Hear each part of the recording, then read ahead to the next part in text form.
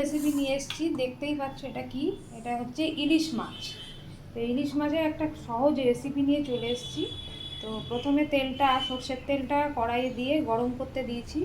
গরম হোক ততক্ষণে আমি এর মধ্যে একটু কালো জিরে ফোড়ন দেব,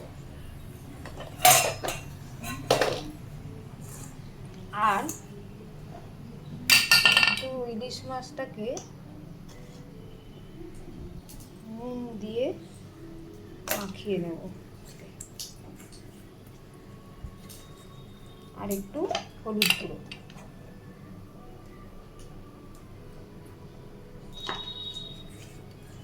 এটা কালো জিরে ছাড়াই তেলে আগে ভেজে নিতে হয়, আমি কালো জিরে দিয়েই ভাজবো।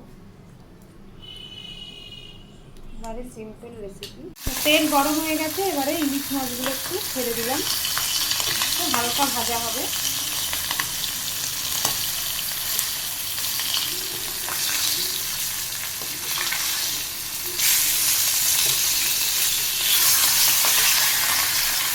এরকম হালকা একটু ভাজা হয়ে যাবে, তারপরে আসছি আবার। তেলে তো কালো জিরে ফোড়নটা অলরেডি রয়েছে, এবারে আমি তেলের মধ্যে হলুদ গুঁড়ো দিয়ে দিলাম, আর একটু কাশ্মীরি চিলি পাউডার দিয়ে দিলাম, আর দেবো হচ্ছে ব্যাস। এবারে জল দিয়ে দেবো, ব্যাস।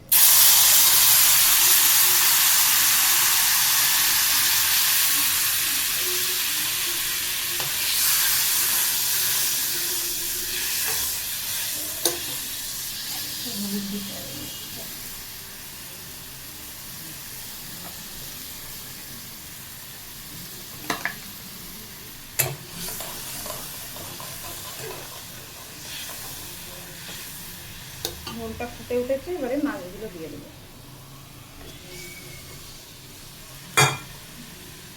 আর দিলাম হচ্ছে কাঁচা লঙ্কা। ব্যাস, আমার রান্না রেডি। এরপরে সার্ভ করে দেবো। এই আমার ইলিশ মাছের তেল ঝালই বলতে পারো রান্নাটা রেডি। কেমন হয়েছে দেখতে কমেন্টস করে জানি।